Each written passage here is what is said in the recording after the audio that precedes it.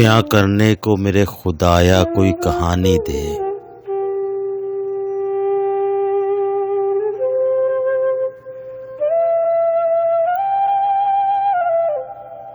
بیاں کرنے کو میرے خدایا کوئی کہانی دے، میرے خدایا میرے الفاظ کو معنی دے۔ کسی کا دل جو دکھائے میری زباں یا رب، تو مجھ فقیر کو یا رب بے زبانی دے۔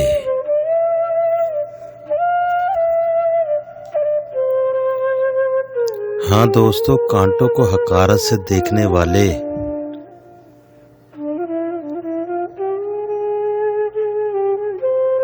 یہ بھول جاتے ہیں کہ یہی تو ہیں جو پھولوں کو پناہوں میں رکھتے ہیں۔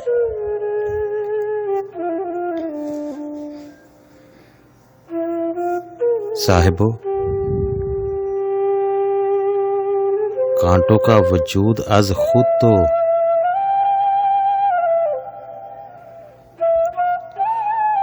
اذیت کا آئینہ دار ہوتا ہے،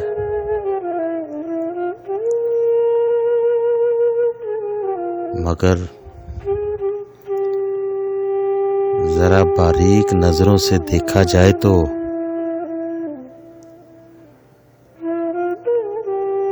پھولوں کے مسکن کی جانب بڑھتے ہوئے ہر ہاتھ میں کانٹا چبھ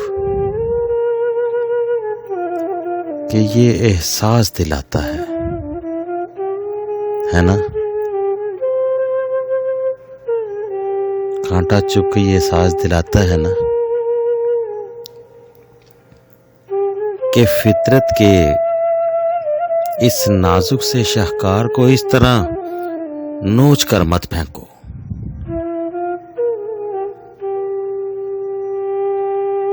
پہلے تو پھولوں کے ارد گرد پھیلے ہوئے کانٹوں کی صرف مرضی، احساس ہی پھول توڑنے والے کو ایک وارننگ دے رہے ہوتے ہیں۔ اگر اس کے باوجود کوئی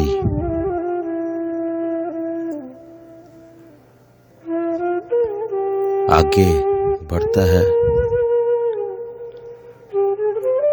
اس نازک اور لطیف خوشبو کے پیغمبر کو اپنے ہاتھوں سے مسلنے، توڑنے یا کچلنے کی کوشش کرتا ہے، تو پھر کانٹے سراپا احتجاج بن جاتے ہیں۔ پھر کانٹوں سے یہ برداشت نہیں ہوتا کہ وہ جس خوبصورت شاہکار قدرت کو تحفظ دیے ہوئے ہیں، ان کی حفاظت میں کوئی کمی ہو جائے۔